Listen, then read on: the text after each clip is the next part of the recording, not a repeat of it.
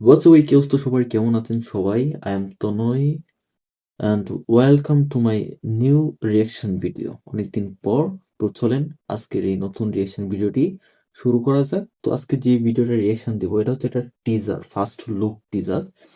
এটা নতুন একটা সিনেমা আসতেছে আগামী রোজার ঈদে, সেটার একটা ফার্স্ট লুক রিভিল করা হয়েছে। যে সিনেমার টাইটেলটা হচ্ছে হাঙ্গর। তো চলেন আমরা সবাই মিলে এই হাঙ্গরের ফার্স্ট লুকটা দেখি। এটা আমি নিয়েছি অভিমা ফিল্মস থেকে। এই ফার্স্ট লুকের লিংক আমি ডেসক্রিপশন বক্সে দিয়ে রাখবো, মাস্ট বি দেখে আসবেন। ওকে, চলেন let's go. Use headphone for better experience. দুনিয়ায় যখন প্রাণ ছিল না, আইন ছিল না, বিগ শট। দরিয়া কিন্তু ঠিকই ছিল। আর সেই দরিয়ায় একজনেরই রাজত্ব চলত।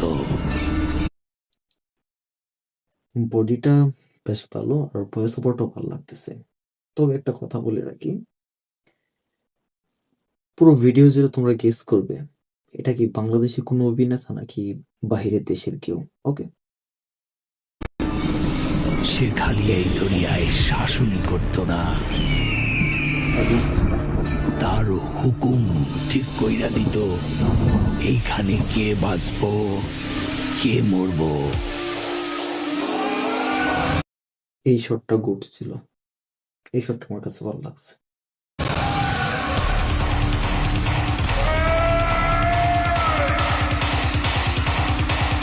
অন্যায় হয়েছে। কে চিনো নাই তারে?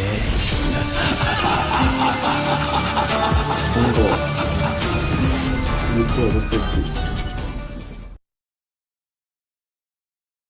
বিষয়টা হচ্ছে এটার যে ব্যাকগ্রাউন্ড মিউজিকটা বেশ ভালো লাগছে। ফার্স্ট লুকটার সাথে যেই মিউজিক কাটটা করা হয়েছে এটা শুনে খুব ভালো লেগেছে সত্যিকার অর্থে। আমরা আরেকবার দেখি। ওকে, আরেকটা বার দেখি। Use headphone for better experience.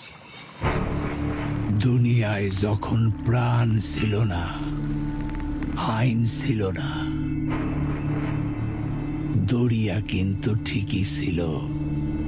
আর সেই দরিয়ায় একজনেরই রাজত্ব চলত।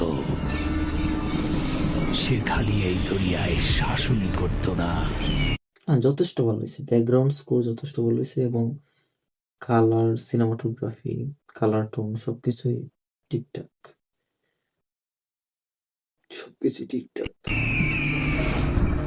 তার হুকুম ঠিক কইরা দিত এইখানে কে বাঁচবো, কে মরবো।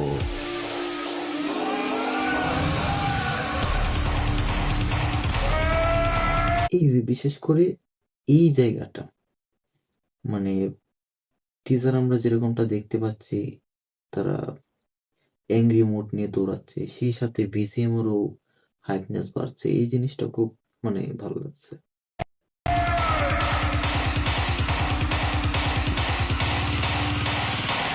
কে সেম চিনো তারে নাই তারে?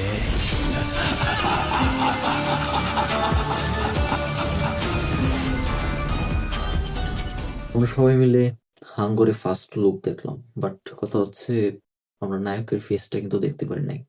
নায়কের ফেসটা কিন্তু আমরা আপসা আপসা দেখেছি, মানে পুরো ফেস রিভিলটা কিন্তু হয় নাই।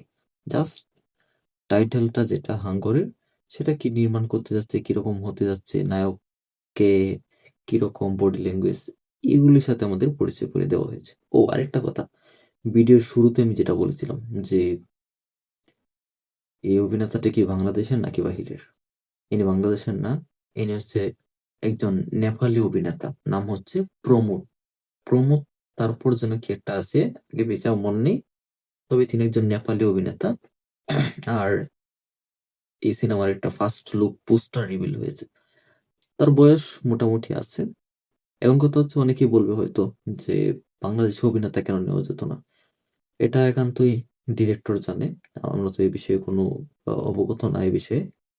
তো যাই হোক, আমরা যেই টিজারটা দেখলাম, ছোটখাটো যে টিজারটা ছিল, এটার মধ্যে কালার টোন, সিনেমাটোগ্রাফি এবং ব্যাকগ্রাউন্ড স্কোর অবস্থা টপ নচ ছিল। তো যদি বাদ বাকি সবকিছু ঠিকঠাক থাকে তাহলে গল্প বলার ধরন, তারপর গল্পের মেকিং, এগুলো যদি ঠিকঠাক থাকে তাহলে বলা যাবে, রিলিজ পাওয়ার পর বলা যাবে যে এটা কিরকম হয়েছে, দর্শকদের রিভিউ বলে দেবে যে কি হয়েছে। তবে একটা খারাপ বিষয় হচ্ছে এতগুলি সিনেমা রোজারিতে আসতেছে, শেষ পর্যন্ত দেখা যাবে যে অনেকগুলো সিনেমায় পোস্টপোন হবে, আবার একসাথে অনেকগুলো রিলিজ করতে গিয়ে অনেকগুলি মারা খাবে। সেটা একটা খারাপ দিক। দেখা যাক ঈদে রিলিজ পায় নাকি ঈদের পরবর্তী সময় রিলিজ পায়। আর আপনার কাছে এই টিজারটা কেমন লেগেছে কমেন্ট বক্সে বলে যাবেন, ওকে? আর নেক্সট কোন ভিডিও রিয়াকশন চান কমেন্ট বক্সে বলতে বলবেন না। Bye bye.